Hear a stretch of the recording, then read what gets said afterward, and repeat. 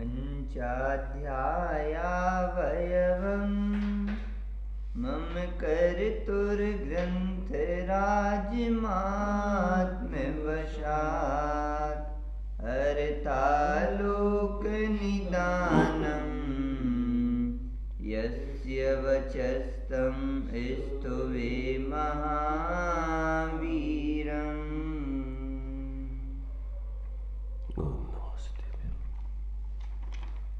चर्चा अपनी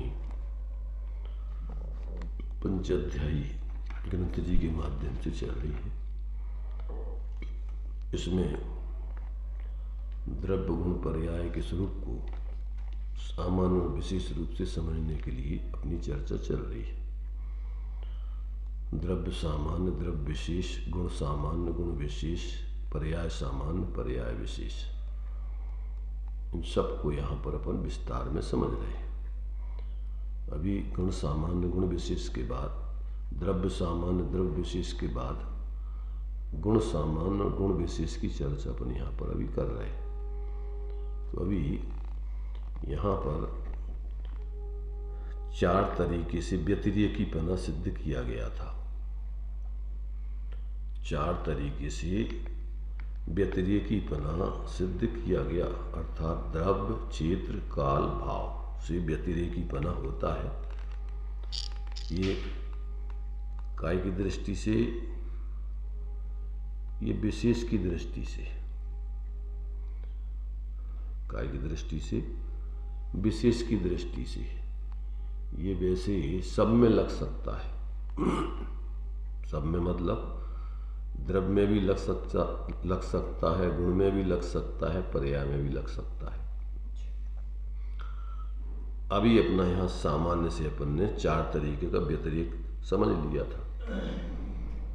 अब यहाँ पर आगे उसी से संबंधित अपनी चर्चा, चूंकि गुणों की मुख्यता से चर्चा चल रही है, तो अभी गुणों की मुख्यता से ये 4 प्रकार के व्यतिरेक की अपन ने विचार किया।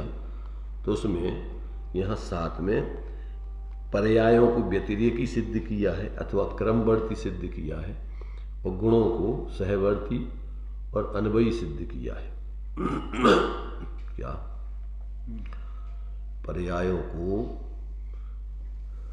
क्रमवर्ती और व्यतिरेकी इस तरीके से सिद्ध किया, और गुणों के लिए अन्वयी और सहवर्ती सिद्ध किया।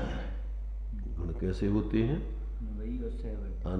अन्वयी का मतलब धारा प्रवाह एक रूप रहने वाले हैं, और सहवर्ती मतलब गुण एक साथ रहते हैं। पर्याय एक साथ नहीं होती है, क्रम से होती है, और गुण एक साथ रहते हैं, अनंत गुण एक साथ रहते हैं। तो वो जो है क्या कहलाते हैं? वो सहवर्ती नाम दिया जाता है। गुण गुणों के साथ रह सकते हैं, अपने अपने साथ ही मित्रवत होते, और पर्याय शत्रुवत होती, एक के साथ दूसरी नहीं रह सकती। जब एक रहेगी तो दूसरी नहीं रहेगी, तो ये पर्याय शत्रुवत होती हैं और गुण मित्रवत होते। ऐसा जो है यहाँ पर अपन को समझना। तो अब अपने लिए आगे उसी का और खुलासा चलता है।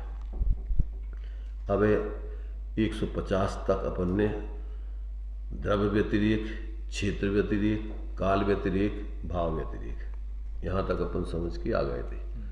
द्रव्य व्यतिरेक में अपन ने प्रदेशों की अपेक्षा से द्रव्य की भी पृथकता सिद्ध की थी। क्या सिद्ध की थी? एक एक प्रदेश में द्रव्य भी अलग अलग ही होता है। जो एक प्रदेश में द्रव्य है वो दूसरे प्रदेश का द्रव्य नहीं है, जो दूसरे प्रदेश का द्रव्य है वो तीसरे प्रदेश का नहीं है। तो वो द्रव्य की अपेक्षा व्यतिरेकपना क्या है वो अपन ने सिद्ध किया। फिर क्षेत्र की अपेक्षा व्यतिरेक सिद्ध किया। तो जो एक प्रदेश है वो दूसरा प्रदेश नहीं, जो दूसरा है वो तीसरा नहीं है, जो तीसरा है वो चौथा नहीं। तो वो प्रदेश की अपेक्षा व्यतिरेक सिद्ध किया। काल की अपेक्षा जो एक समय की पर्याय है वो अलग है, दूसरे समय की पर्याय है वो अलग है, तीसरे समय की पर्याय है वो अलग है। तो ये काल की अपेक्षा व्यतिरेकपना सिद्ध किया, और भाव की अपेक्षा व्यतिरेकपना सिद्ध कैसा किया कि एक गुण में जो अविभागी प्रतिच्छेद होते हैं, तो जो अविभागी प्रतिच्छेद, एक अविभागी प्रतिच्छेद है वो दूसरा नहीं है, जो दूसरा है वो तीसरा नहीं है, जो तीसरा है वो चौथा नहीं है, और उसी के आधार पर गुणों में उनकी प्रगटता की हीनाधिकता होती है। जब अपने ज्ञान गुण के अविभागी प्रतिच्छेदों की हीनता होती है तो अक्षर के अनंत में भाग ज्ञान पर्याय की प्रगटता होगी। जब धीरे धीरे उस ज्ञान गुण के अविभागी प्रतिच्छेदों की वृद्धि होगी तो बढ़ते बढ़ते स्थावर जीवों में, फिर त्रस 2 इंद्री में, फिर 3 इंद्री में, फिर 4 इंद्री में, फिर 5 इंद्री में, फिर उसमें भी संगी आदि असंगी में, ऐसे भेद प्रभेद केवल ज्ञान तक या पूर्ण विकसित अवस्था तक चले जाएंगे वो। तो ये उनका भाव व्यतिरेक कहलाता है। गुणों में जो क्या कहलाएगा, अविभागी प्रतिच्छेदों का हीनाधिकपना है, घटना बढ़ना है, उसके माध्यम से ये भाव व्यतिरेक बनता है। ऐसा जो है यहाँ पर अपन को 4 तरीके से व्यतिरेकपना सिद्ध किया था, द्रव्य से, क्षेत्र से, काल से, भाव से। तो वस्तु में इस प्रकार से स्वचतुष्टय में व्यवहार से 4 प्रकार का व्यतिरेक होता है, वो अलग अलग है कथनचित। सामान्य से जो द्रव्य का अपन ने व्यतिरेक किया था प्रदेशों के आधार पर, अखंड रूप से सामान्य से वो सब व्यतिरेकों में सामान्य रूप से वो एक प्रदेशी द्रव्य माने जो अखंड द्रव्य रहता है, उसमें कोई द्रव्य बढ़ता नहीं। प्रदेशों की अपेक्षा तो अपन ने द्रव्य को बांट दिया था। जो एक प्रदेश का द्रव्य, हाँ, एक प्रदेश का द्रव्य है वो दूसरे प्रदेश का नहीं है, दूसरे का वो तीसरे का नहीं है, तीसरे का, ऐसा खंड खंड कर दिया। ये व्यवहार से द्रव्य व्यतिरेक में व्यवहार से अलग अलग पना हो गया। और जब अपन सामान्य से देखेंगे तो वो अखंड सारे व्यतिरेकों में वो प्रदेश वही के वही है, वही के वही है, कोई अलग अलग प्रदेश नहीं है वस्तु के। एक ही वस्तु पूरे प्रदेशों में व्याप रही है द्रव्य से, एक ही द्रव्य है वो, अलग अलग द्रव्य नहीं आ जाएंगे उसमें। अलग अलग प्रदेश होने पर व्यवहार से द्रव्य अलग अलग हो जाने पर भी परमार्थ से वो एक ही द्रव्य है। तो एक ही द्रव्य के चतुष्टय का व्यतिरेकपना सिद्ध किया है। एक प्रदेशी नहीं बोला जाएगा, एक द्रव्य बोला जाएगा, एक प्रदेशी कहलाएगा। द्रव्य को प्रदेशी कहते हैं और भाव को प्रदेश कहते हैं। एक प्रदेश और एक प्रदेशी, एक गुण और गुणी। तो गुणी एक गुण, गुणी अनंत गुणात्मक होता है और गुण अलग अलग होते हैं एक ही। तो ऐसे ही प्रदेश अलग अलग होते हैं, प्रदेशी अखंड होता है। प्रदेशों को धारण करने वाला, हाँ, तो वो द्रव्य कहलाएगा, वस्तु कहलाएगी। इसलिए जब प्रदेशी की अपन प्रदेशों की अपेक्षा प्रदेशी कहेंगे तो वो अलग अलग हो जाएगा, और जब प्रदेशों का विभाग करेंगे तो एक एक प्रदेश अलग अलग हो जाएगा। और अखंड सामान्य से प्रदेशों का स्वरूप बताएंगे तो सभी प्रदेशों में एक समान अखंड द्रव्य व्याप रहा है। ऐसा वो प्रदेशों की अपेक्षा सामान्य, द्रव्य की अपेक्षा सामान्य विशेष, क्षेत्र की अपेक्षा सामान्य विशेष, भाव की अपेक्षा सामान्य विशेष, काल की अपेक्षा सामान्य विशेष। तो सामान्य में एक ही द्रव्य, एक ही वस्तु सारे सामान्य विशेषों में व्याप्ति है, चाहे सामान्य हो चाहे विशेष हो, एक ही वस्तु है। तो अकेला तुमने वस्तु को अगर सामान्य धर्म माना, विशेष नहीं माना, तो आपका एकांत हो जाएगा। वस्तु सामान्य विशेषात्मक, नित्यात्मक, भेदाभेदात्मक, ये दोनों पक्ष वस्तु में अखंड रूप से रहते। कथन कौन सी विवक्षा से कर रहे, सामान्य से कर रहे कि विशेष से कर रहे, ये आपके ज्ञान में आना चाहिए। तो समझने के लिए व्यवहार है, पर वस्तु को खंडित करने के लिए व्यवहार नहीं है। हाँ, वस्तु खंडित नहीं, उस अखंड वस्तु को ही समझने के लिए व्यवहार से अपन समझ रहे, द्रव्य से, क्षेत्र से, काल से, भाव से। पर उसमें भी सामान्य विशेष, द्रव्य से सामान्य विशेष, क्षेत्र से सामान्य विशेष, भाव से सामान्य विशेष, काल से सामान्य विशेष। एक ही वस्तु को अपन ऐसा सारे अनेक प्रकार से दृष्टिकोणों से देख रहे हैं और एक ही वस्तु की सिद्धि कर रहे हैं। पर अंतर है विवक्षा का। ये कथन सामान्य से है कि विशेष से है। सामान्य से द्रव्य अखंड है, विशेष से द्रव्य खंडित हो गया। सामान्य से क्षेत्र अखंड है, विशेष से क्षेत्र खंडित हो गया। सामान्य से काल अखंड है और विशेष से काल खंडित हो गया। सामान्य से भाव अखंड है और विशेष से खंडित हो गए भाव। तो वस्तु एक ही है, सामान्य विशेषात्मक, नित्यात्मक, भेदात्मक, एक ही वस्तु को कथन करने की विवक्षाएं हैं ये। अखंडित वस्तु को खंड करके समझने के लिए द्रव्य क्षेत्र काल भाव या इसको द्रव्य क्षेत्र काल भाव में भी सामान्य विशेष, सब में सामान्य विशेष। तो ये सब में सामान्य विशेषात्मक रूप से वस्तु को समझेंगे। अकेली वस्तु सामान्य नहीं, अकेली विशेष नहीं। प्रयोजन साधने के लिए अपन को विशेषों को ग्रहण करो, सामान्य को ऊर्ध्व करो, और फिर एक सामान्य के आश्रय से विशेषों को एक सामान्य के आश्रित करो, तो विशेषों में जो विशेषता चल रही थी वो विशेषता खत्म हो जाएगी, सामान्यता आ जाएगी। इससे आपका मोक्ष मार्ग, मोक्ष की सिद्धि होगी। जो आपकी विशेषों में सामान्यात्मक वस्तु को भूलकर जो पर में मूर्छित होकर के अपने को सामान्य विशेषात्मक रूप में न अनुभव करते हुए अपने को अपने से बाहर में रूप अनुभव जो कर रहे हैं, वो विशेष की विपरीतता है। क्या कहा? विशेष माने पर्याय, पर्यायों में स्वाश्रयपना और पराश्रयपना होता है। जीव की दृष्टि से विशेष रूप से, सामान्य रूप से तो पर्यायों का चाहे वो विभाव हो चाहे स्वभाव हो, वो स्वाश्रयपना ही होता है, पराश्रयपना होता नहीं। पर्याय स्वयं से ही प्रकट होगी। हाँ, प्रत्येक द्रव्य की गुण पर्याय प्रत्येक द्रव्य में ही रहेंगी, वो पर में नहीं जा सकती। तो सामान्य से तो वो स्वाश्रय से ही रहती हैं, पर विशेष से वो पराश्रित कहलाती हैं। जो पर लक्ष्य करके जो परिणमन होते हैं वे सब विशेष वे पराश्रय रूप भाव कहलाते हैं।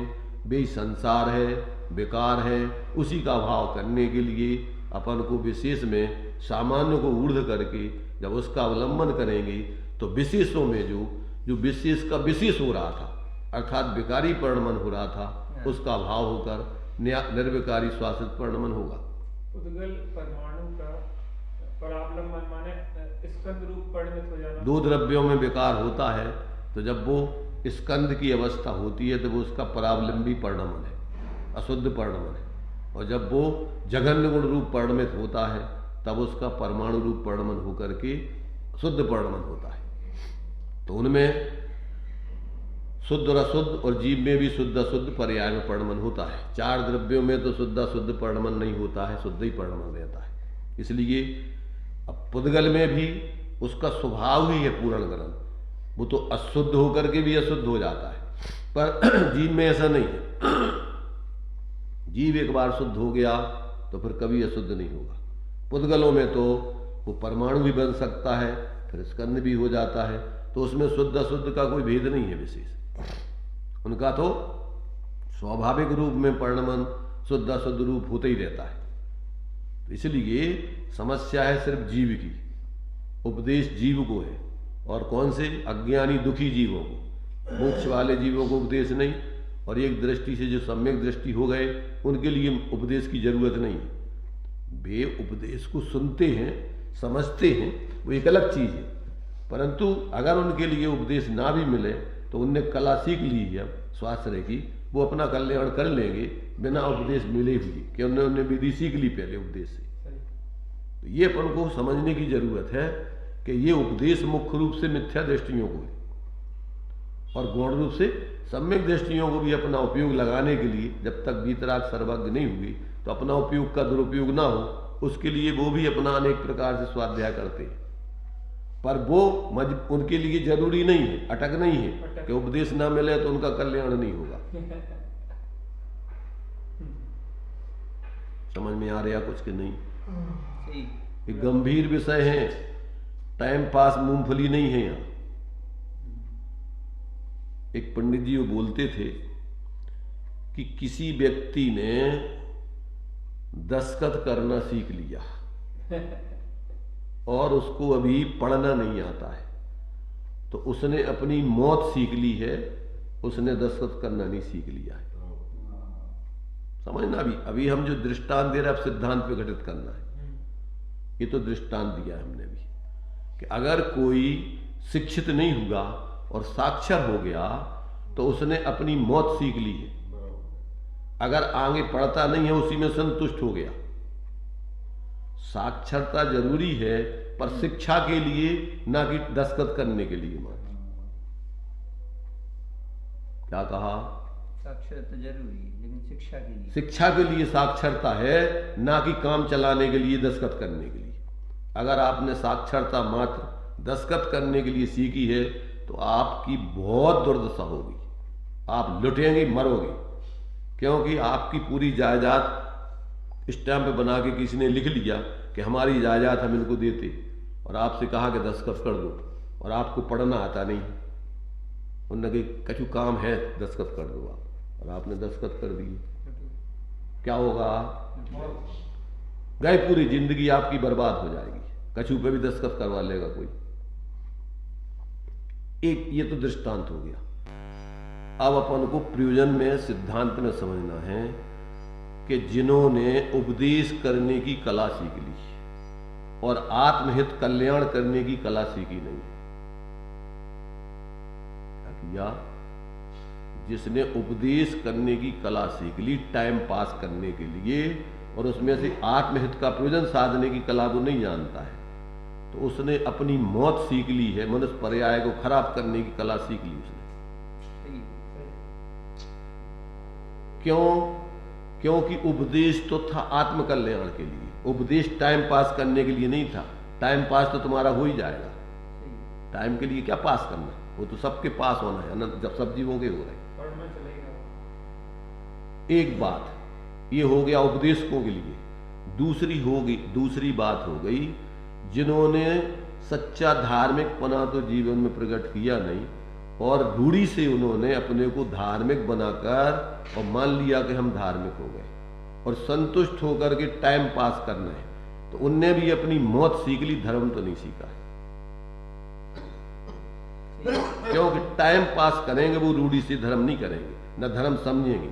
तो उनने भी अपनी इस वर्तमान मनुष्य पर्याय को बर्बाद करने की कला सीख ली है। कौन सी? रूढ़ी से धर्मात्मा बनने की। इस इतनी बहुमूल्य मनुष्य पर्याय आपके लिए ये जो व्यवहार धर्म था, ये टाइम पास करने के लिए नहीं था। ये तो परमार्थ की सहचर, परमार्थ के लिए और परमार्थ को लिए था तो उसकी कीमत थी। अन्यथा ये रूढ़िवादिता वाला धर्म तुम्हारी आत्मा की हत्या करने वाली है। टाइम पास तो होना ही है तुम्हें। तुम मान रहे अपने जो कुछ भी रूढ़ी से क्रिया कर ली और तुमने मान लिया कि हम तो धर्म कर रहे हैं। धर्म नहीं कर रहे, तुम पर्याय को बर्बाद कर रहे, मनुष्य पर्याय। समझना इसके मर्म को, सामान्य चर्चा नहीं कर रहे हैं हम। ये बुद्धिहीनों को समझ में नहीं आता। उनको लगता है कि हमारा तो चलो टाइम, दूसरों का भी वो टाइम पास करवाएंगे, खुद भी टाइम पास करेंगे, दूसरों को भी भ्रमित करेंगे, खुद भी भ्रमित, तो खुद भी मरेंगे और दूसरों को भी मारने में निमित्त बनेंगे। जो उपदेशक आत्म कल्याण की कला नहीं जानता है, वो टाइम पास करने के लिए आयोजन करेगा, सब ज्यादा है ज्यादा, इधर उधर को बोलेगा, इधर उधर कार्यक्रम करेगा, जो कर लो वो कर लो, उलझाए रखेगा वे लोगों। तो वो मनुष्य पर्याय को बर्बाद कर रहा है सर। एक एक समय कितना कीमती है, एक एक समय में व्यक्ति अपना कल्याण कर सकता है समझ के। ज्यादा अगर समझ नहीं है तो कोई बात नहीं, पर प्रयोजन भूत आत्महित के लिए समझे, उसमें उसका कल्याण हो सकता है। और जो लोग सिर्फ उपदेश इसलिए देते हैं कि अपन को दो भैया, उपदेश देने में बढ़िया अपना मान सम्मान है, धर्म है, बहुत अच्छा है, तो टाइम पास करने के लिए चारों अनियों का रट कुछ कलाएं सीख ली, इधर का उधर का, उधर का उधर का, इसको दे दो दृष्टांत, उसका दे दो, उसको दे दो, समय पास कर रहे तुम। किसका? तुम्हारा और उन सामने वालों का।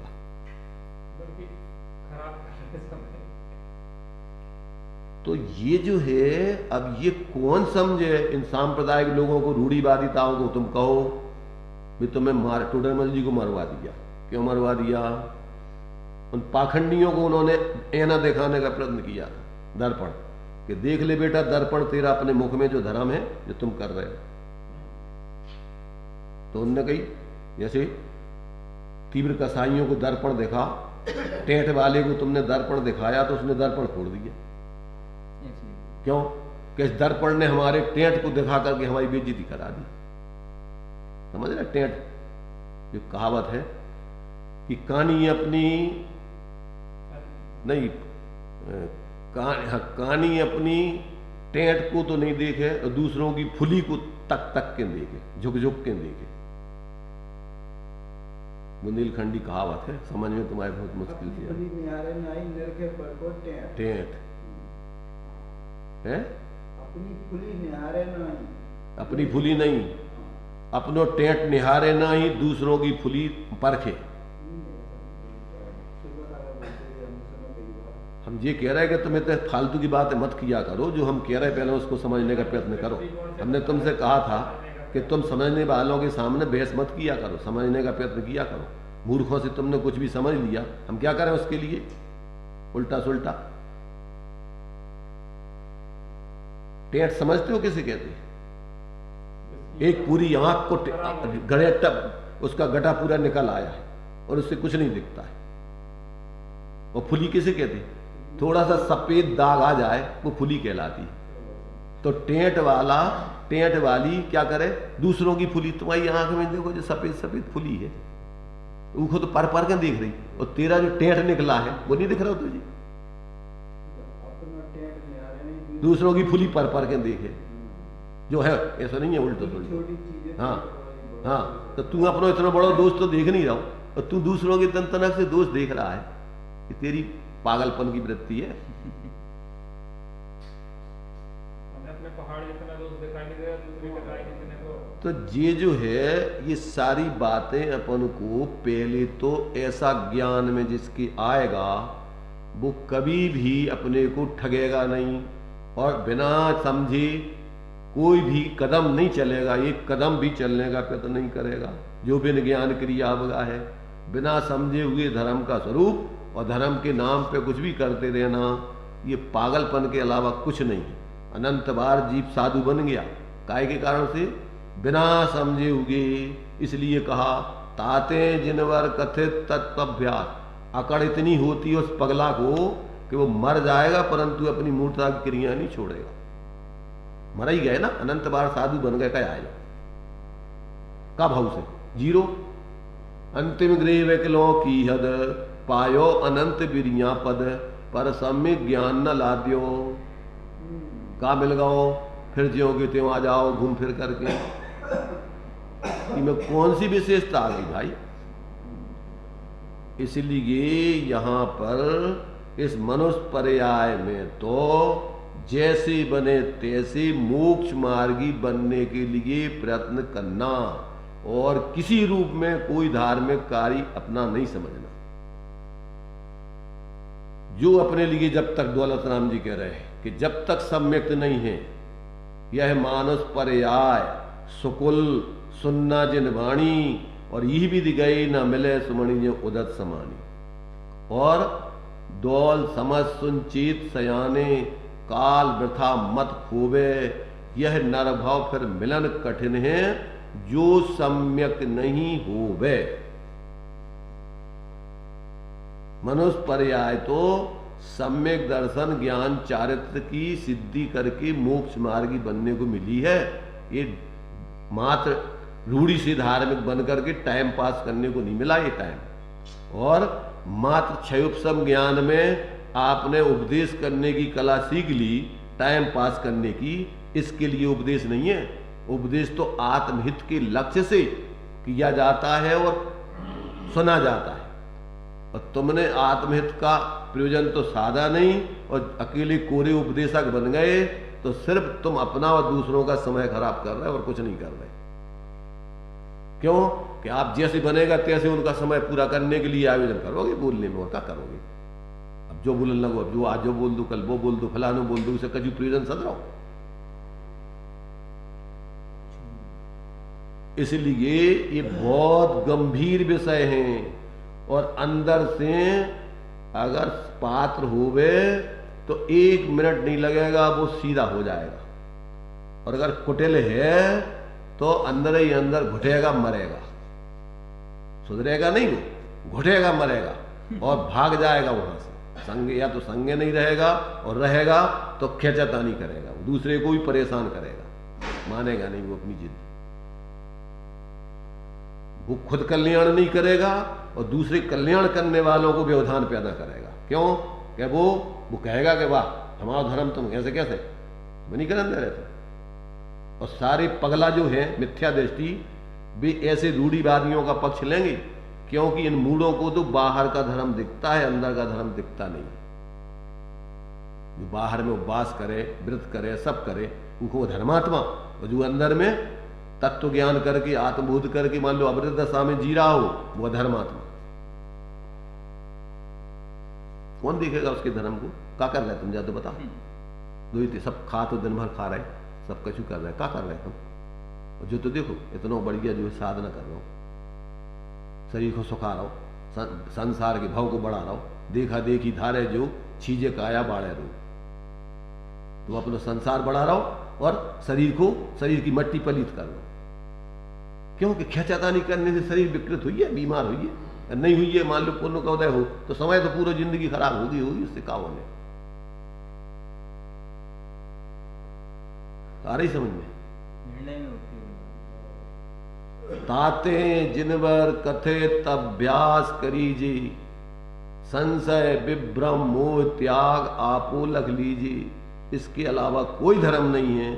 बिना स्वरूप को जाने देखे अनुभव किए मोक्ष मार्ग का प्रारंभ नहीं होता है। और कछु भी करते रहना ये अपने समय को खराब करना है।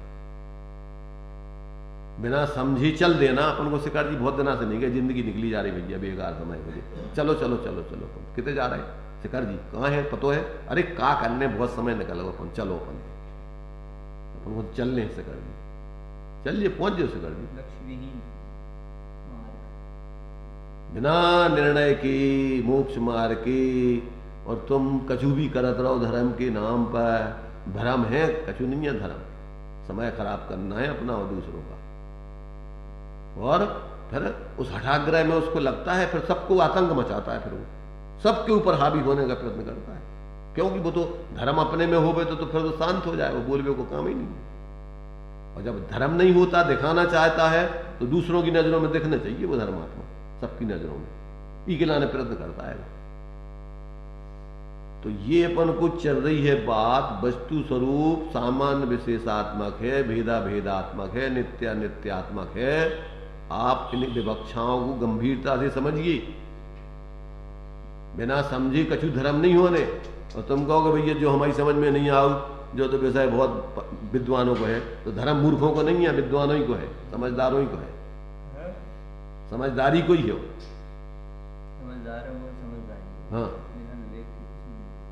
तो ये जो है अपन को यहाँ ये बता रहे कि भैया ये द्रव्य क्षेत्र काल भाव से सामान्य विशेषात्मक वस्तु होती है, नित्या नित्यात्मक वस्तु होती है, भेदा भेदात्मक वस्तु होती है। तो ये चतुष्टय की बात अपन को बताई यहाँ। अब आगे उसका खुलासा करते हो। और देखिए 151 नंबर का श्लोक। यदि पुनरेवं न स्यादपि चैवं पुनः पुनः शेषः एकांश देश मात्रं सर्वं स्यात् सन्निबाधितत्वात् प्राक्। यदि ऐसा ना होवे, अर्थात एक ही द्रव्य में इस प्रकार का व्यतिरेक ना होवे और पुनः पुनः यह वही है यह वही है ऐसा होवे, तो संपूर्ण एक वस्तु एकांश देश मात्र रह जाए। अर्थात हर एक द्रव्य, एक प्रदेश, एक प्रदेशी क्षेत्र एक ही गुण वाला और एक ही पर्याय वाला हो जाएगा। एक ही गुण वाला और एक ही गुणांश वाला। गुणों का भेद अपन ने, अपन ने जो है एक एक गुणात्मक और एक एक गुणांशात्मक। अकेली वस्तु पूरी उतनी हो जाएगी, जितने भी माने जो अपन को चतुष्टय के जो विशेष हैं वो उतने उतने। अगर तुमने उसको अंश नहीं माना और तुमने पूरी वस्तु मान लिया तो क्या होगा कि फिर एक एक नहीं, इतने क्या, फिर एक एक अंश ही मात्र वस्तु हो जाए, वस्तु ही खंडित हो जाए, मतलब होते ही नहीं है व्यवस्था। वस्तु तो पूरी अखंड रहती है, ऐसा हो नहीं सकता कि सारे जो विशेष, सामान्य विशेष, विशेषों के विशेष, अब तुमने अकेला विशेषों का विशेष ही वस्तु मान ली तो क्या होने वस्तु को? फिर वस्तु तो पूरी अखंड थी, वो तो समझने के लिए भेद प्रभेद थे सामान्य विशेष आदि की, तो तुमने पूरी एक एक वस्तु को एक एक हिस्सा रूप मान लिया, तो वस्तु की सिद्धि नहीं होगी फिर। आगे देखिए, तो इस प्रकार से यदि तुमने ऐसा माना तो अकेला क्या होगा कि एक ही द्रव्य में फिर इस प्रकार के व्यतिरेक खड़े हो जाएंगे।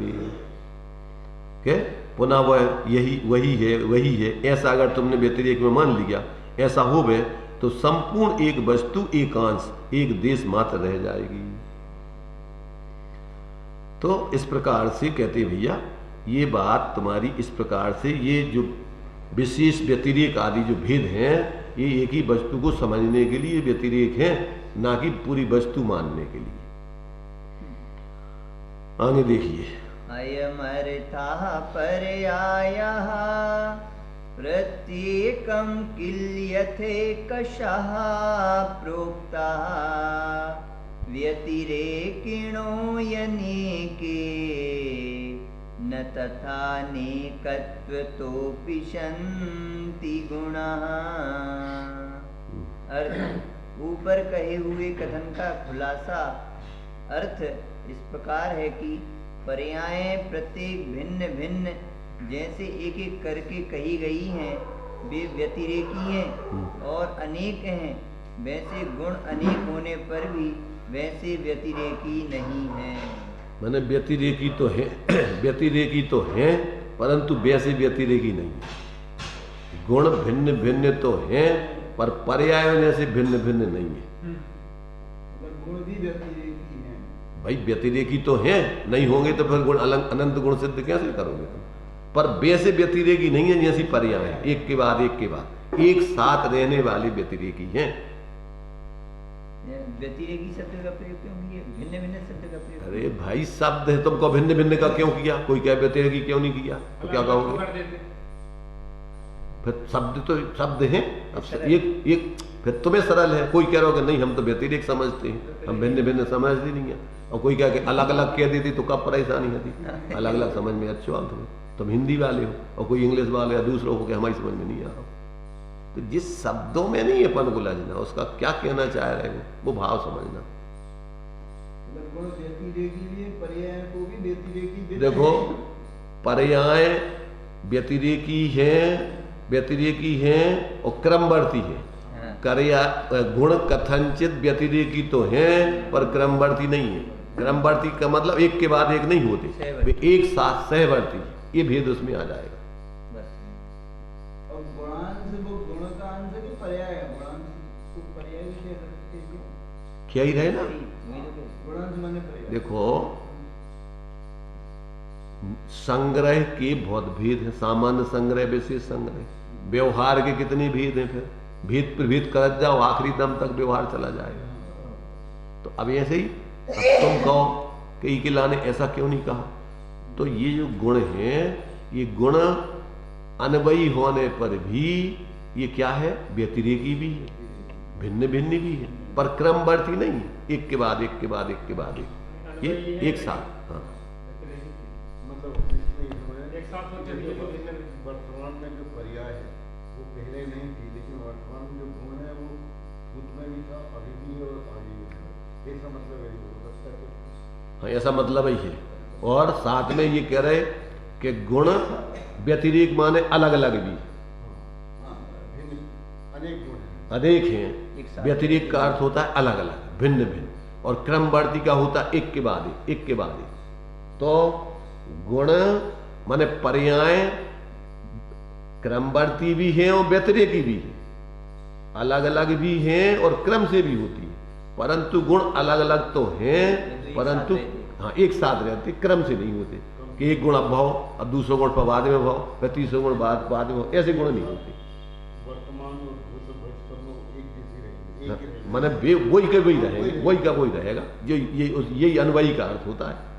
पर व्यतिरेकी माने अलग अलग है, लक्षणों से उनका स्वरूप भेद है। हाँ, तो उस अपेक्षा से तो वो पर्यायों से मेल खा गया, कि जैसे अलग अलग पर्याय होती हैं ऐसे अलग अलग गुण होते हैं, परंतु जैसी पर्याय क्रमवर्ती होती हैं वैसे गुण क्रमवर्ती नहीं होते। तो उनमें क्रमवर्ती की अपेक्षा भिन्नता है, व्यतिरेकी की अपेक्षा वे भी अलग अलग है, ये भी अलग अलग है।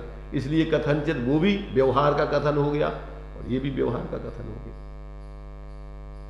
पर जब अपन सामान्य से द्रव्य का लक्षण करेंगे तो एक साथ पर्याय गुण और अभेद होगी द्रव्य। उत्पाद व्यय ध्रुव युक्तम सद्रव्य लक्षण अथवा गुण पर्याय द्रव्य।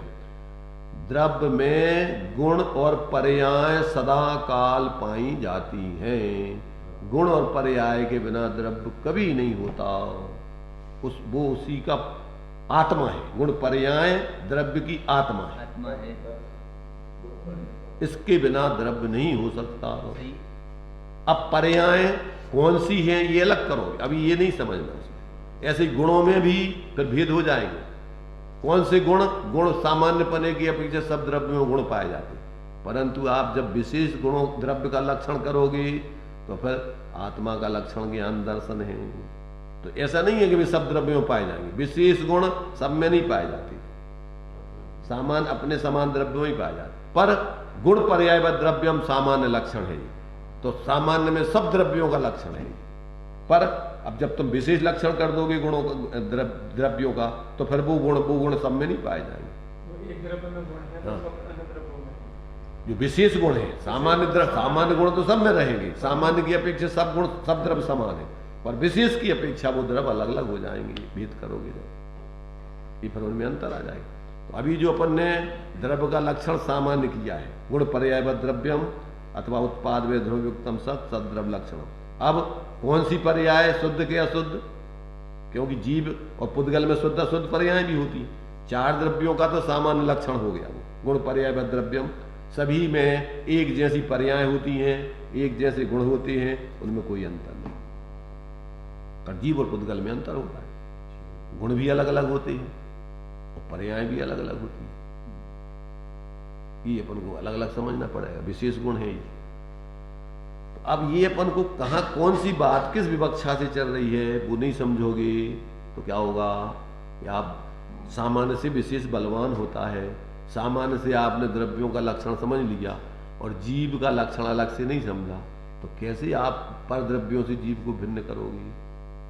और आपने पर्यायों का सामान्य लक्षण तो समझ लिया कि सब पर्याय पर्णमन स्वरूप जीव में पर्णमन निरंतर होता रहता है, पर पर्णमन में शुद्ध पर्णमन अशुद्ध पर्णमन, एक देश शुद्ध पूर्ण शुद्ध, ये नहीं समझा तो आप मोक्ष मार्गी कैसे बनोगे, मोक्ष कैसे प्राप्त करोगे। सब बराबर है पर्याय, कौन सी ना परमात्म ना परमात्म सवा कोई मतलब नहीं है, ये मतलब नहीं।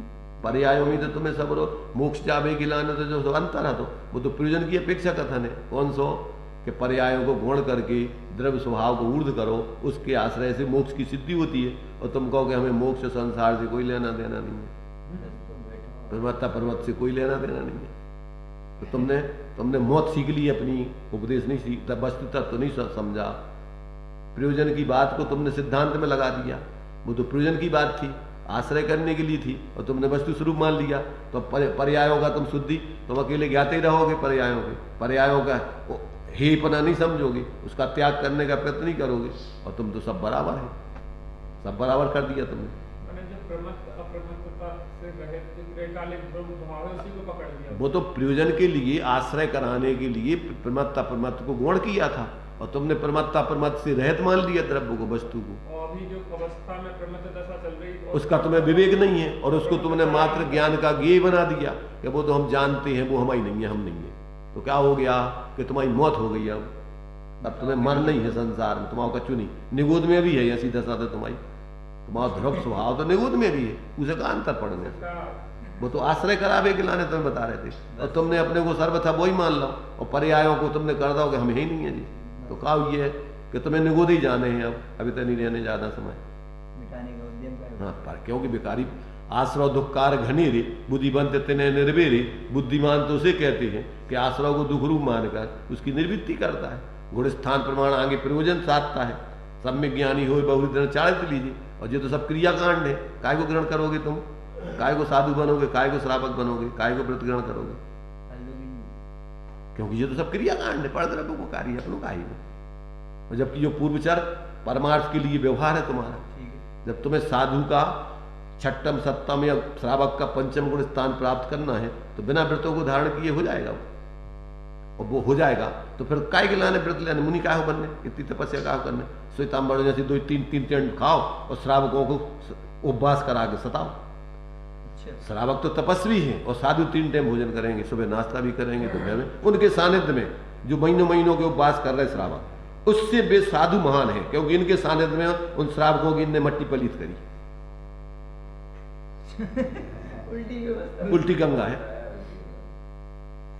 श्रावकों के लाने उपवास कराएंगे, महीनों महीनों को मारेंगे। सैकड़ों श्रावक मर गए बेचारे, छोटे छोटे बच्चों को कराए उनने। अब कई बार पेपरों में आए, जो दशा है। और कोई भी मोक्ष हो सकता है, स्त्री हो चाहे पुरुष हो, पर्याय का कोई भेद ही नहीं है। क्यों? वो तो सबसे मोक्ष होता है। आत्मा हो तुम तो, और आत्मा में कोई स्त्री पुरुष होता नहीं। ऐसे ऐसे पागलपन की सारे कार्य स्वच्छंदता में जनवाणी को बिना समझे और ग्रहण करके, और ये सारे के सारे सांप्रदायिक लोग अपनी जिंदगी बर्बाद करते हैं और दूसरे लोगों की बर्बाद। ऐसे और उसने सच्चे देव शास्त्र का निर्णय नहीं कराया, तत्व की बात की, तो क्या उसका उद्देश्य सही है? अगर तत्व का निर्णय होगा तो वो सच्चे देव शास्त्र गुरु को माने बिना रहेगा नहीं। और अगर नहीं मान रहा हो तो उसने तत्व को समझे ही नहीं। किसे कहते हैं संवर तत्व, निर्जरा तत्व, किसे कहते हैं मोक्ष तत्व। भगवान को स्वरूप बिना मोक्ष तत्व के समझ लेगा वो। अरे भाई, संवर निर्जरा तो गुरु का रूप है ना। संवर निर्जरा का रूप तो गुरु बनेगा, बाहर में त्याग करके स्वरूप आराधना विशेष करेगा, जब वही गुरु बनेगा। यदि पोप लीला में बन जाएगा वो गुरु। संवर निर्जरा तत्व को समझ के उसने देखा कि जब तक पूर्ण कर्मों की निर्जरा या विकारी भावों की अभाव नहीं होगा तब तक तुम गुरु बन ही नहीं पाओगे, मोक्ष होगा ही नहीं तुम्हारा। हाँ? तो अब जिसने एक को समझ लिया वो सब समझ लेगा। अगर सच्चे देव शास्त्र गुरु को समझ लेगा तो 7 तत्वों को स्वरूप नहीं समझेगा वो, कि देव तो मोक्ष तत्व है और संवर निर्जरा गुरु तत्व है। और जनवाणी में ये सब कथन करे हैं तो शास्त्र को, और धर्म तो जो स्वाश्रय से वीतरागता रूप है, तो वो धर्म को स्वरूप नहीं समझेगा। कहीं से भी अगर टूर्नामल ने लिखा कि जो सम्यक दृष्टि है उसके चारों लक्षण सम्यक होते हैं, और जो मिथ्या दृष्टि होती है चारों आभास होते हैं। और जो परिणति में मोह राग द्वेष के भाव चल रहे हैं वो आश्रव बंध तत्व, तो वे तो चला ही रहे सब। आश्रव बंध तत्व के भाव सब रे चल रहे हैं, तो वे तुम्हारे लाने समझ में आए। एक भी किंचित मात्र राग का अणुमात्र भी अगर राग कांश रहे तो मोक्ष नहीं हो सका तुमको। और अणुमात्र राग में हित माने तो सम्यक दर्शन नहीं हो सका। अणुमात्र राग रहेगा तो मोक्ष नहीं होगा, और अणुमात्र को हित माने, उसमें धर्म माने, तो वो सम्यक दृष्टि नहीं हो सका। धर्म बुद्धि माने उसमें, ये कौन समझेगा? तुम कहोगे हमारे तो भैया हम नहीं समझ सका तो कल्याण नहीं कर सकत, तुम संसार में भटक सकत। क्योंकि इसकी समझे बिना कैसे कल्याण हुई जब बताओ? तुम कहोगे साहब हम डॉक्टरी की पढ़ाई नहीं कर सकते, डॉक्टर की डिग्री चाहिए, तो मारोगे तुम डॉक्टर बनोगे क्या? क्या कह रहे? जिस तर्क देते कि अपन जिन 4 बातों में समन्वय नहीं है सामने वाले से, ये 4 बातें छोड़ दो। कौन सी 4 बातें छोड़ दो? प्रयोजनभूत 4 बातें छोड़ दोगे तुम, काय को समन्वय कर रहे तुम? गुण गोबर को एक कैसे कर लोगे? कि भैया तुम जो छोड़ दो को स्वाद छोड़ दो, और वहां को रंग रूप और पैसो तो सब एक ही दो ही है, उनमें शामिल हो जाओ और 2 ही समान मानने लग जाओ। कुतर्क देते हैं, ये कुतर्क है तो कुतर्क ही है, उससे तुम्हारा प्रयोजन सिद्ध हो जाएगा। जो प्रयोजनभूत है उनमें तुम कहोगे कि जिन बातों में समानता है वे मान लो, और मूल में तो नहीं, में समानता नहीं है मूल में ही, तो मूल में ही तुम मान लोगे उनकी समान बातें, कहो तुम्हारी भी सही है हमारी भी सही है। तो तत्वों की भी बात अगर सही आएगी तो देव शास्त्र गुरु आएगा, जो चाहिए मूल है। मूल तो कोई भाई भी तो धर्म के मूल है, उन्हीं के आधार से तो धर्म है, और उन्हीं में भूल हुई है तो आगे को धर्म तुम्हारा कहाँ से हो जी? तत्व कुछ नहीं बैठे, कहाँ बैठे? जब तुम्हारा उपदेशक ही सही नहीं है तो तुम्हें कब तत्व बैठाएगा?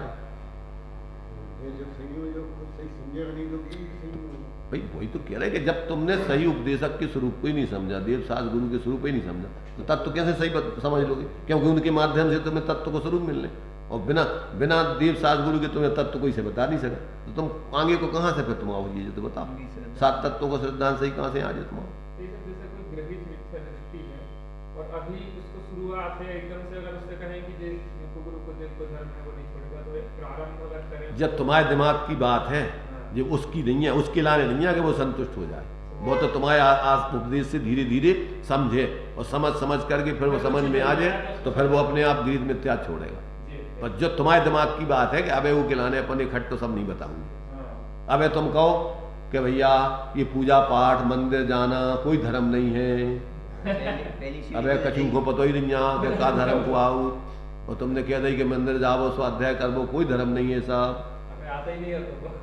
भैया मंदिर जाना धर्म है, स्वाध्याय करना धर्म है, जब वो आ जाए तो आगे कहो कि भैया जो ही धर्म नहीं है आगे बढ़ो, अब उतनी नहीं खड़े रहने, अक्षर गिनती सीख वो, ये शिक्षा है पहले जो बताने पड़े, परंतु वह शिक्षा नहीं है, साक्षरता है बस वो, पर वो शिक्षा को आधार है ना, तो वही को उपचार से शिक्षा कहेंगे कि पहले जो सीखो तुम,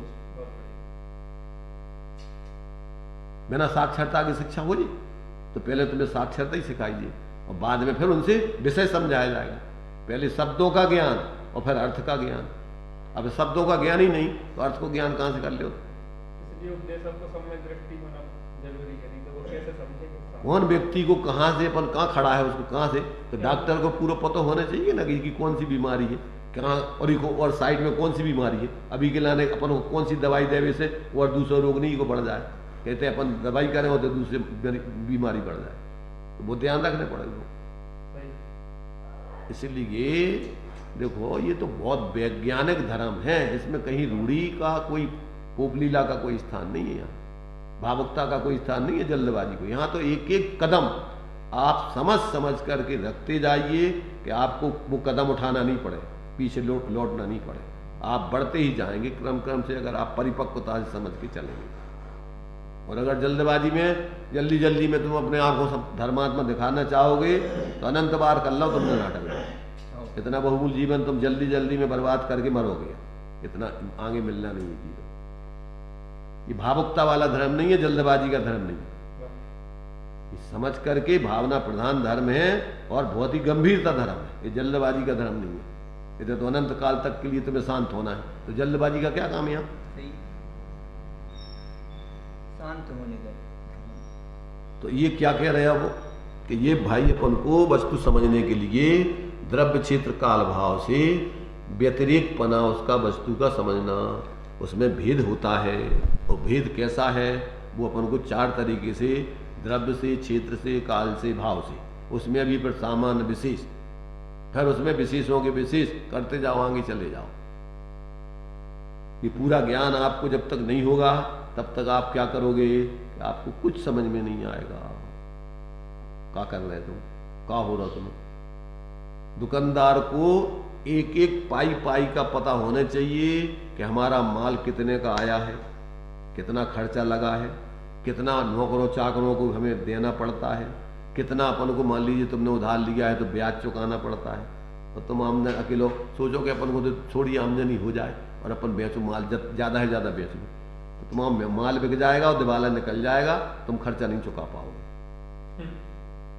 सब हिसाब किताब पाई का लगाना पड़ेगा, तब जा करके तुम्हारे लिए पूरा का पूरा आप अपना जो प्रयोजन है दुकानदार का आमदनी वो सिद्ध होगी। और तुम कहोगे भैया अब इतना हिसाब किताब हमारे दिमाग में नहीं लगा सका, तो दुकान मत करो, तुम्हारी जितनी पूंजी है उतनी तो बनी रहेगी, इस पूंजी को बर्बाद मत करो। मनुष्य पर्याय लाए हो बड़े पुण्य से, बहुपुण्य पुण्य प्रसंग से कम और धर्म के नाम पे पाखंड नहीं करो, दंभ नहीं करो, तीव्र कसाय नहीं करो, तो उसे तुम्हारी कम से कम मनुष्य पर्याय तो सुरक्षित रहे। मनुष्य पर्याय मिली स्वभाव मार्ग उनसे, बिना दंभ की मान कसाय की बिना तीव्रता की, उससे मिली है। ये दंभ तुम बाहर को बेच धारण करके इतना दंभ कर रहा है कि सामान्य व्यक्ति जितना अहंकार नहीं कर रहा है, तुम्हारी दुर्गति हो जाए, जो मनुष्य पर्याय भी गई तुम्हारी, उनने तुम्हारा वर्तमान में मान लो चल जाए, उनको उदय पूर्व को हुई है तो लोग मान ले जबरदस्ती, पर तुम्हें तो बंद रहो पाप, तुम तो दुर्गति के कारण बन जाओ, उस पुण्य के उदय को तुमने भोग लिया, और नया तुमने न तो बंद कसाय से जिए और न धर्म किया, तो 2 ही दिन से गए। अकड़ में रहे, तीव्र कसाय करता है धर्म के नाम पे, तो धर्म तो भाव नहीं और पुण्य भी नहीं भाव, पाप भाव से। सामने वाले पाप को दे हुई है तो बेचारे वे शांत रहे, नहीं बोलेंगे तुमसे, पर का हुई तुम्हें तो पाप बंधेगा, तुम्हारे तो दुर्भाव चल रहा है, अहंकार को तीव्र शिखर पे बैठे हो तुम, तो उससे क्या हुआ? मनुष्य पर्याय में मान कसाय की उल्टा होती, कैसे उन्होंने कैसे अपनो कपड़ा को कचुइया से कर लो, अलग से फाड़ लो, जैसे हम विशेष देखना चाहिए, बालों में कचुइया से कुत्ता बन जा, बिल्ली बन जा, चूहा बन जा, तो लोगों को ध्यान आकर्षित होना चाहिए कि तुम कचू विशेष हो। क्या जब मनुष्य पर्याय के पागलपन की, और जानवरों में नहीं मिलेगा ऐसा पागलपन, ठीक है? आज तुम्हें अपने को विशेष बताऊंगे ना, सबकी नजरों में रोड पर से निकल जाओ तुम ऐसे बंदरा बन के, तो सब देखेंगे जो क्या तो मनुष्य आया, जो तो बंदरा है, आकर्षण, तो बंदरा ही बन जाओ तुम। जब तुम्हें ऐसी तुम मक्कारी कर रहे हो, अपने आप को विशेष बता रहे, मायाचारी करके, तो जा करके जानवर बन जाओगे, त्रियंश गति में जाओगे। ऐसी करते हैं ना, फिर ये नाटक नौटंकी, तुम अंदर कुछ और बाहर कुछ। तो ये जो है अपन को एक एक चीज अपन को क्या है कि भैया देखो, अगर तुमने इस व्यतिरेकों को ही वस्तु मान लिया तो समझ लेना कि तुमने एक अंश में ही वस्तु मान ली, वस्तु का स्वरूप नहीं हो। चलिए आगे का 152 पढ़ लिया, 152 तो पढ़ लिया। क्या कहा इसमें? ऊपर कहे हुए कथन का खुलासा अर्थ इस प्रकार है कि पर्याय प्रत्येक यानी व्यतिरेक भिन्न भिन्न जैसे एक एक करके कही गई हैं, वे व्यतिरेकी हैं और अनेक हैं, वैसे गुण अनेक होने पर भी वैसे व्यतिरेकी नहीं है, ऐसे भिन्न भिन्न नहीं है जैसी पर्याय गुण वैसे व्यतिरेकी। भावार्थ, जैसे ऊपर एक एक प्रदेश भिन्न भिन्न, एक एक प्रदेश का क्षेत्र भिन्न भिन्न, एक एक समय की पर्याय भिन्न भिन्न, हर एक गुण का एक एक गुणांश भिन्न भिन्न, ये सब इस प्रकार के भिन्न हैं कि इनमें यह वह नहीं है, ऐसा व्यतिरेक लक्षण पाया जाता है। और ये अनेक हैं, वैसे गुण अनेक होने पर भी एक है, क्योंकि प्रत्येक गुण में यह वही है ऐसा लक्षण घटता है।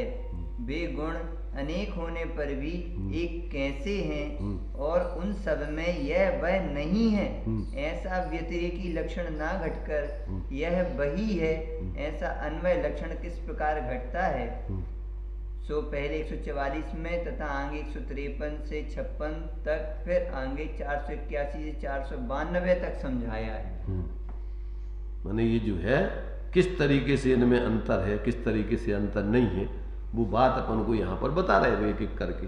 अब आपको उस तरीके से उसको समझना, किस तरीके से गुण व्यतिरेकी होने पर भी जैसे व्यतिरेकी पर्याय है वैसी नहीं है, तो उनमें क्रमवर्तीपना है, इनमें क्रमवर्तीपना नहीं है। ऐसा जो है इनमें व्यतिरेकों का माने एक प्रकार से गुणों में अंतर होने, भिन्न भिन्न होने पर भी पर्याय जैसे क्रमवर्ती न होने से वो पर्याय क्रमवर्ती व्यतिरेकी हैं और गुण सहवर्ती व्यतिरेकी, साथ में रहने पर हैं अलग अलग, एक गुण दूसरा गुण रूप नहीं है कथनचित, फिर भी क्या है इनमें भिन्न अन्यपना तो है। तो पर्याय अन्य भी हैं और भिन्न भिन्न भी हैं। माने गुणों में अपन ये कह सकते कि यह वही है अगले समय में, लेकिन पर्याय यह वही है ऐसा नहीं कह सकते, क्योंकि भिन्न भिन्न। तो ये जो है अब समझना, अब जब सामान्य लक्षण देखो उसमें और थोड़ा मर्म समझना, जब अपन ने गुण पर्याय व द्रव्यम कर दिया तो सामान्य दृष्टि से ये पर्याय ही है, ये पर्याय ही है, ये पर्याय ही है, ऐसी समानता घटित होगी उसमें। सही है। नहीं घटित करोगे तो गुण पर्याय व द्रव्यम सिद्ध नहीं होगा। अब ये कौन सी है, शुद्ध है कि अशुद्ध है, ये नहीं लगाना पड़ेगा। जैसे जब जीव का लक्षण अपन ने पर्याय दृष्टि से किया तो अट्ठ चतुडान दंसन सामण्यम जीव लक्षणम भणियम व्यवहारा और शुद्ध नया शुद्धम गुण दंसनम नाणम। तो जब पर्यार्थिक नए से जीव का लक्षण बताया तो 8 ज्ञान और 4 दर्शन है। क्यों कि बिना पर्याय के द्रव्य नहीं मिलेगा आपको, ज्ञान की पर्याय होगी कोई ना कोई, और वो चूंकि ज्ञान का विशेष लक्षण है तो आपको फिर पर्यार्थिक नए से जीव का लक्षण एक पर्याय नहीं, 8 पर्याय में से कोई ना कोई पर्याय जीव में पाई जाएगी। और जब गुण की अपेक्षा कहेंगे तो शुद्ध नया शुद्धम पुणदन श्रवणानम, तो ज्ञान दर्शन गुण है। फिर उस अपेक्षा लक्षण, ज्ञान दर्शन के बिना जीव रहते ही नहीं है, वो उसका विशेष लक्षण है, तो उसका ज्ञान और दर्शन लक्षण है। और विशेष की अपेक्षा कहो तो 8 ज्ञान और 4 दर्शन लक्षण हो गया, वो गुण की पर्यार्थक नय का लक्षण हो गया, क्योंकि गुण पर्याय का द्रव्य में है। जब सामान्य से द्रव्य का लक्षण करोगे तो गुण पर्यायों के बिना द्रव्य नहीं होता, तो वो कंटिन्यूटी में पर्याय भी सामान्य लक्षण हो गया। कोई ना कोई पर्याय अवश्य होगी, लेकिन वही पर्याय नहीं होगी जो पूर्व में होगी, ये उसमें अंतर रहेगा। तो ये जो है, जब तक अपन को कौन सी विवक्षा से आप पर्याय का लक्षण बता रहे, द्रव्य का लक्षण सामान्य से पर्याय लक्षण बता रहे कि विशेष बता रहे।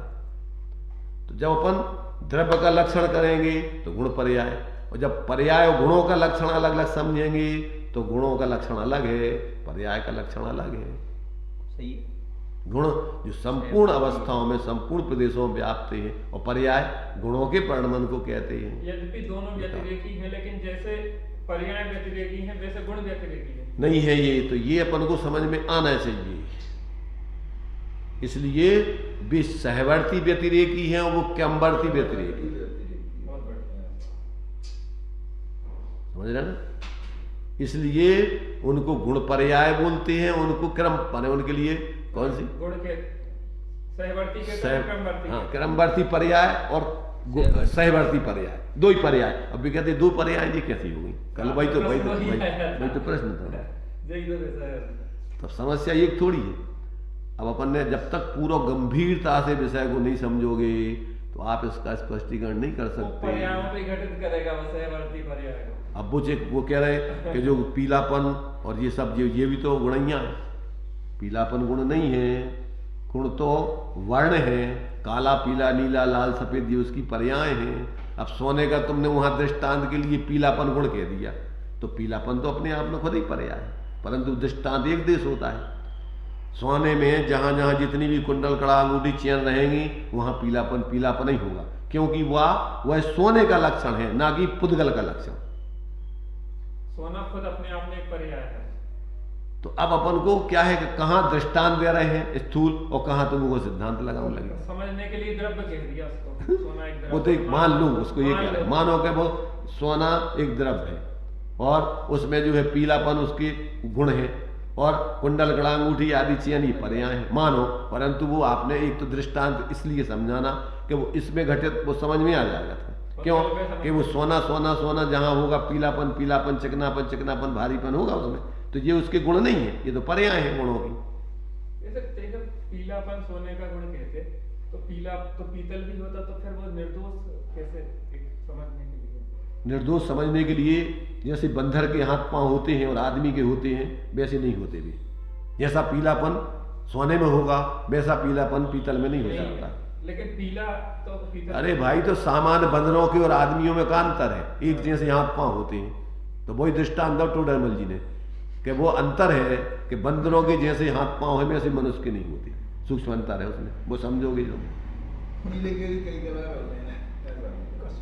तो ये सारी चीजें जब अपन और सूक्ष्मता से जाओ तो पीला पीला सोना होने पर भी, पीतल होने पर भी सोने के स्पार्की जो जोहरी है वे 1 मिनट में कहेंगे कि जो तो तुम्हारा जो है पीतल आए और जो सोना आए। जो सच्चे पारकी है वे पीलेपन में भ्रमित नहीं होंगे। ऐसे जे साधु सब है, सब बराबर। नग्न दिगंबर साधु होते हैं, तो नग्न तो तुम्हारे से परमहंस भी होते हैं, तब तुम नग्न पने को लक्षण कर लो मोटो मोटो। तो जो नंगे भैया वे तो अपने महाराज है, अपन को पूजा करने सब नागा बाबा ऐसे नहीं होते हैं दिगंबर साधु नागा। ऐसे दिगंबर साधुओं का लक्षण अलग है, नागा होने से अकेले एक लक्षण तुमने समझ लो उससे क्या हो रहा, ऐसा नागापन नहीं होता उनमें।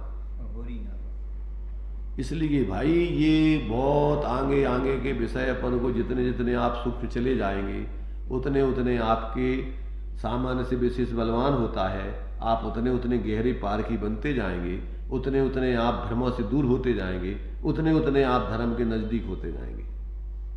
इसलिए आपके लिए निरंतर क्या करने चाहिए, ताते जिनवर कथित तत्वाभ्यास करीजिए। आउट कैसे समझ में?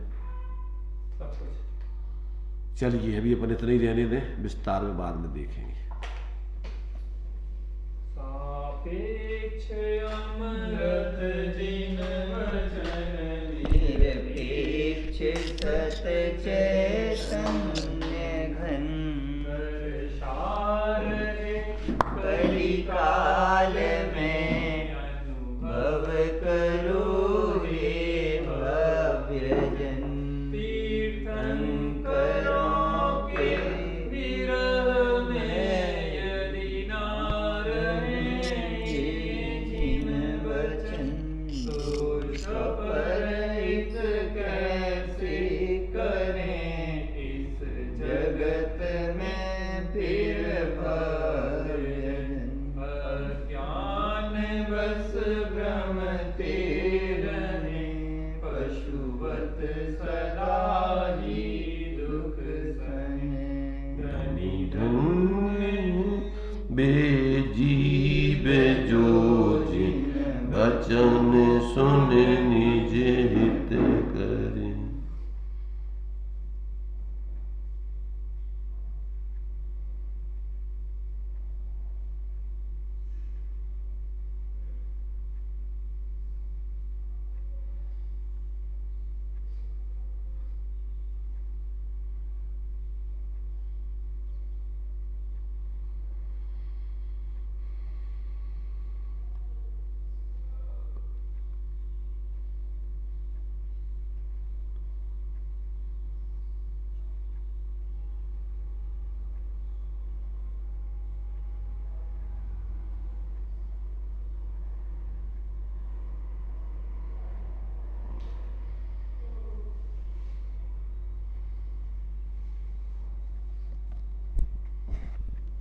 द्वादशांग मई जिनवाणी माता की जय हो।